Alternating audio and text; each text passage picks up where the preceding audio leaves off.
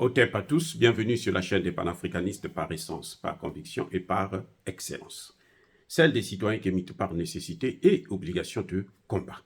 Nous sommes une chaîne qui n'est guidée que par nos ancêtres et rien que par les ancêtres qui appartiennent à l'égrégore du monde noir.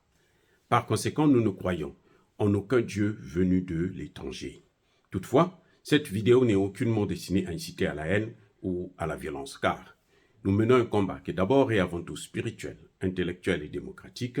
Ensuite, il est politique, géopolitique et géostratégique, contre l'impérialisme, le colonialisme, le néocolonialisme et l'endocolona, qui sont tous qualifiés de crimes contre l'humanité. Nous menons ce combat sur la base du principe fondamental que nous avons hérité de nos ancêtres kémites, qui est celui de la Mahat, c'est-à-dire solidarité, vérité et justice.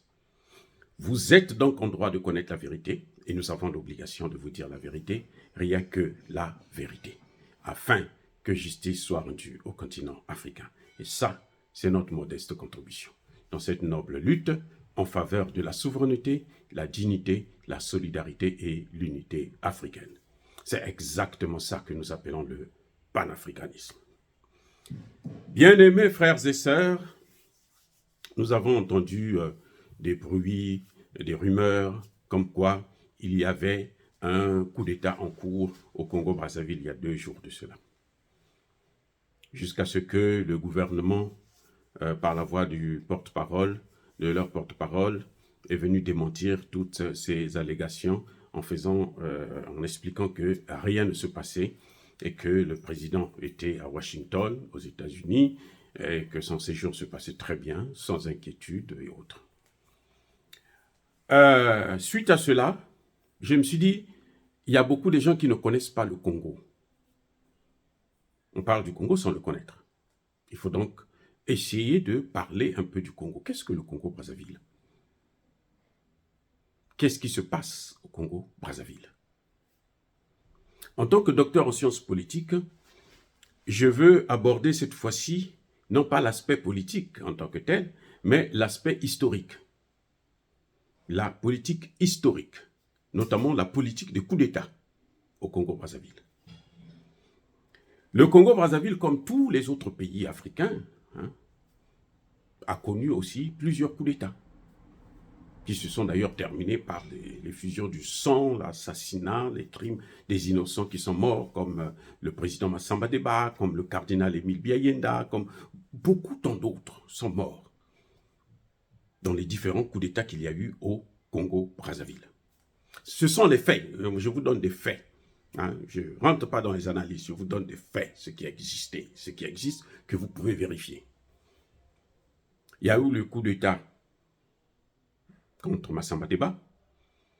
Il y a eu, d'abord Massamba Deba lui-même, il a pris le pouvoir par un coup d'État institutionnel, une révolution en quelque sorte.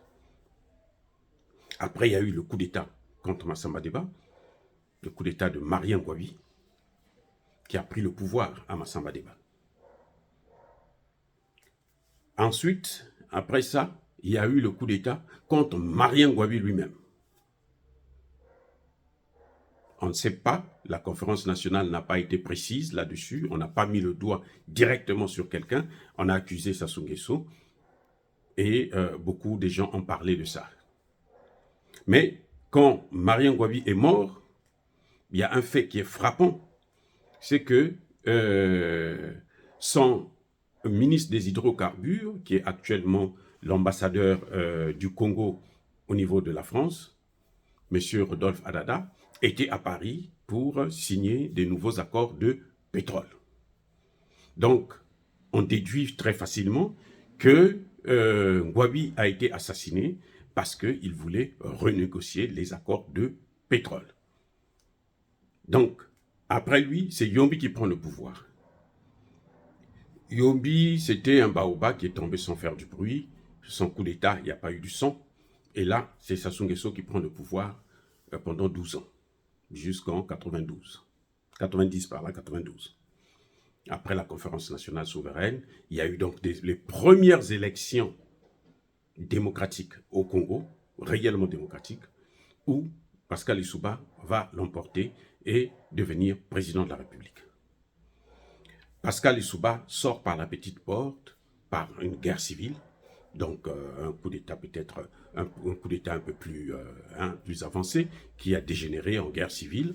Et puis là, c'est Sassou Nguesso qui revient encore au pouvoir. Pourquoi il y a eu le coup d'État contre Pascal Lissouba? Il faut reconnaître que Pascal Lissouba a commis la même erreur, selon les Français, mais en tout cas, Pascal Lissouba aussi a fait exactement ce que Marion Gouabi avait tenté de faire, mais qui était stoppé net, parce qu'après sa mort, tout s'est arrêté. Mais Pascal Lissouba est allé jusqu'au bout. Il a renégocié les accords de pétrole. Il a multiplié la part du Congo par 2. On est passé de 17% à 36%. Donc c'était vraiment un record, et ça n'avait jamais plu à la France, et notamment à Jacques Chirac, qui en a voulu. Mais aussi, il y a d'autres paramètres. Le fait que, quand Pascal Lissouba vient emprunter l'argent en France, l'aide au développement, le fameux aide au développement qui, je vous ai déjà dit, est une forme d'emprunt. Chirac veut venir récupérer cet argent. Lissouba refuse de lui donner ne serait-ce qu'un copec. Bon, ça n'avait pas plu. Et puis voilà, la guerre de 97 est venue balayer le président Pascal Lissouba, qui va terminer, bien entendu, en France par, comment on appelle ça, la maladie d'Alzheimer. Donc, voilà à peu près l'essentiel des coups d'État officiels qui ont été déclarés officiellement, et on a vu exactement les changements. Donc, chaque fois qu'il y a eu de coups d'État, le président Sassou Nguesso n'a jamais été au pouvoir. Je pense que vous me suivez bien. Il n'a jamais été au pouvoir. Chaque fois qu'il y a eu coup d'État, que ce soit le coup d'État contre Massamba Deba, Sassou n'était pas au pouvoir. Le coup d'État contre Ngouabi, Sassou n'était pas le président, c'était Ngouabi le président. Le coup d'État contre Yombi, Sassou n'était pas au pouvoir. C'est lui, c'est vrai, qui va venir prendre le pouvoir par la suite. Après, la guerre civile, Sassou n'était pas au pouvoir. Mais non, de 79 à 92, qu'est-ce qui s'est passé? Il y avait le calme total, il n'y a pas eu de coup d'État au Congo-Brazzaville. Ce sont des précisions très, très, très importantes que j'aimerais que vous compreniez. Il n'y a pas eu un seul coup d'État au Congo-Brazzaville. S'il y a eu coup d'État, bon, ce sont des petits gestes que, bon, en apparent, on qualifie de coup d'État, mais il n'y a pas eu de coup d'État officiellement. Depuis que Sassou Nguesso est revenu, ce qu'on appelle le Sassou Nguesso II, donc depuis 1997 jusqu'à aujourd'hui, il n'y a jamais eu de coup d'État au Congo-Brazzaville. Alors, qu'est-ce que nous remarquons? Quelle est la remarque qu'il faut faire? C'est que quand Sassou Nguesso est au pouvoir, il n'y a pas de coup d'État.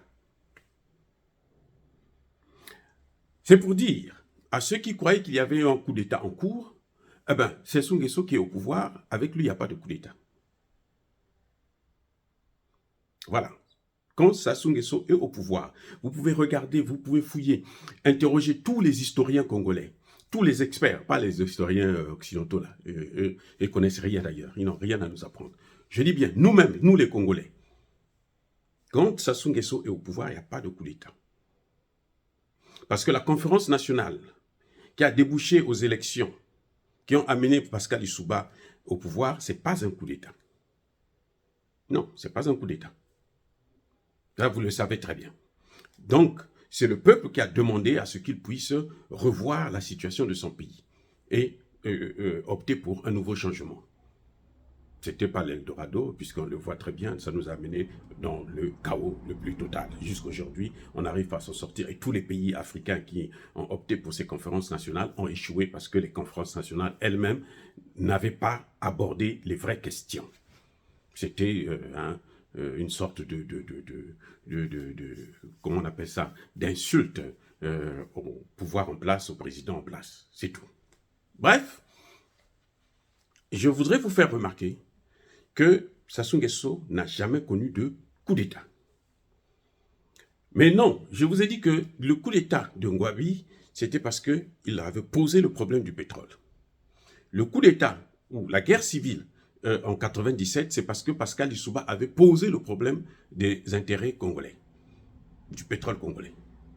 Mais jusqu'à aujourd'hui, ça fait plus de 35 ans que Sassou Nguesso est à la tête de notre pays, il faut reconnaître qu'on n'a jamais vu de changement au niveau des intérêts pétroliers du Congo. C'est ça la particularité. Donc, non seulement il n'y a jamais eu de coup d'État, mais aussi il faut reconnaître que Sassou Nguesso n'a jamais bousculé les intérêts de la France. Ça veut dire quoi? Ça veut dire que lorsqu'il y a un coup d'État dans un pays, notamment africain, il faudrait qu'il y ait l'aval de la France.